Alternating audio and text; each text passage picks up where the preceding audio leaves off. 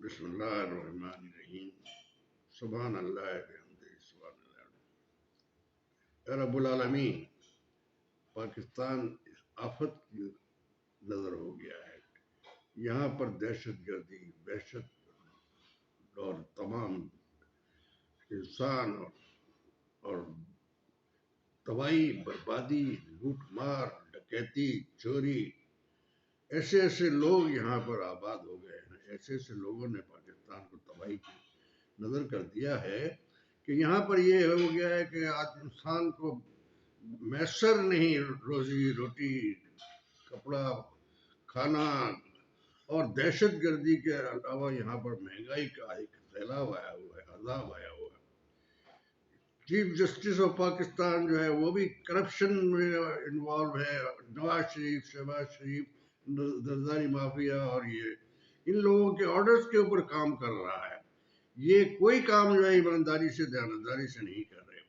جو بھی انصاف کی اگر وہ ہوتی ہے، فنڈامنٹل رائٹس انسان کے لیے مسٹ ہوتا ہے. It is most important for the قانون میں اس کے لیے کوئی نہیں ہے، لا کوئی نہیں ہے، عمل کوئی نہیں کرتا ہے.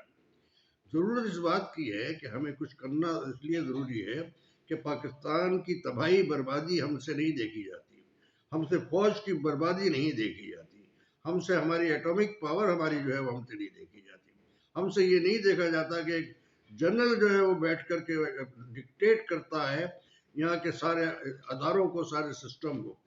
یعنی ایک نادرا کا بھی یہ عالم ہے کہ انہوں نے باقاعدہ آئی ڈی کارڈ بہت سارے بنا کر بہت سارے لوگوں کو ممبر بنا دیا ہے، اور وہ اپنے سسٹم کے خلاف کام کر رہے ہیں.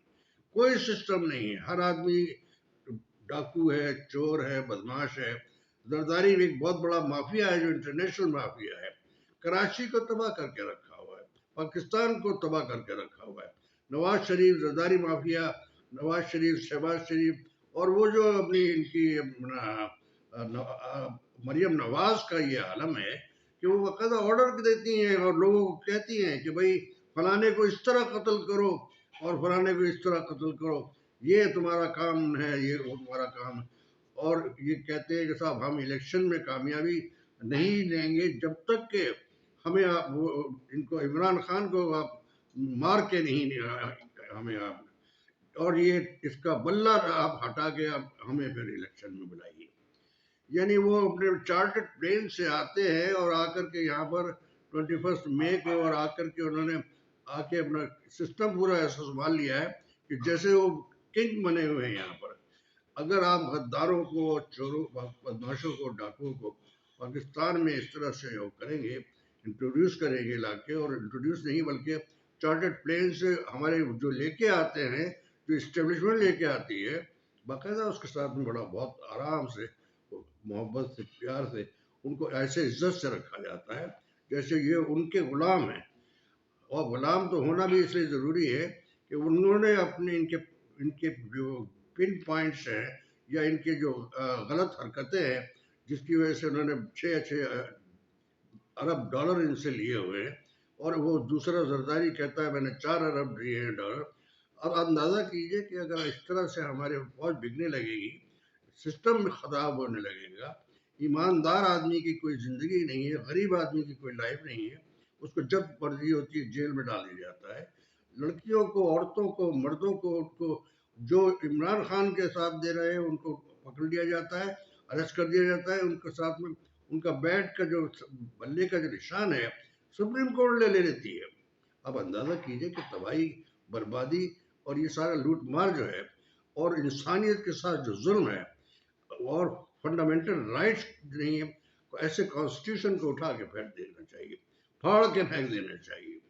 ایسے جتنی یہ بلڈوز کر دینا چاہیے ان کی سپریم کورٹ کی، جو عدلیہ کا کام نہیں کرتی اور غلامی کا کام کرتی ہیں، ان کو نکال کے پھینک دینا چاہیے، ان کو پھاڑ دینا چاہیے، اور بلڈنگز کو یہ بلڈوز کر دینا چاہیے. ایک وقت اللہ کی لاٹھی بڑی بے آواز ہے. ایک وقت ایسا آتا ہے جب یہ ساری چیزیں ختم ہو جاتی ہیں، ساری فرعونیت ختم ہو جاتی ہے، سارے بڑے بڑے جو اپنے نمرود پیدا ہوئے ہیں وہ سب ہاتھ بھگا دیے جاتے ہیں. آپ دیکھ لیجئے کہ جو بائیڈن جو پریزیڈنٹ آف امریکہ، اس کا عالم یہ ہے کہ وہ ایک ہمارے لیڈر کے مقابلے میں بھی نہیں کھڑا ہو سکتا ہے.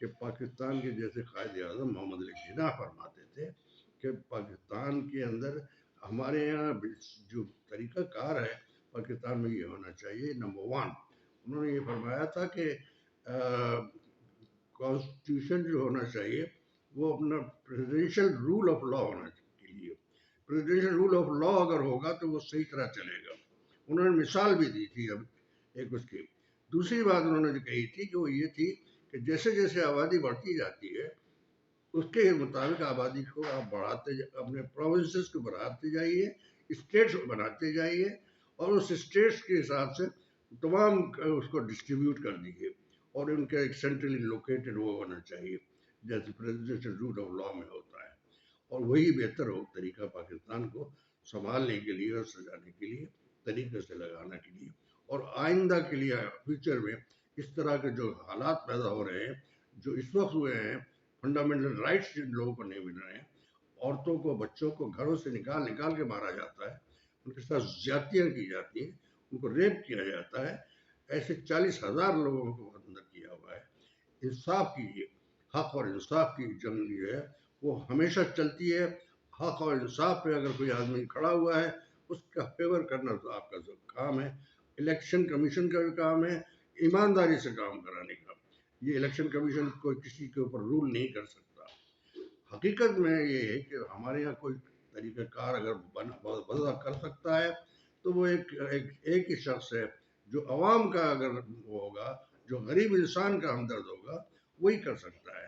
ایک 25 کروڑ عوام کا ایک لیڈر بھی ہے, وہ ورلڈ فیم آدمی ہے. ہمیں چاہیے کہ ہم اس کی سپورٹ کریں, ہمیں چاہیے کہ ہم اس کی ہیلپ کریں, ہمیں چاہیے تو ہم اس کے ساتھ نہ کریں آپ اس کی پارٹی جوائن, لیکن انصاف کے لیے اور حق کے لیے اور فنڈامنٹل رائٹس جو ہے ہر شخص کو ملنا چاہیے. میں یہی عرض کرنا چاہ رہا تھا. پاکستان زندہ باد, پاکستان زندہ باد.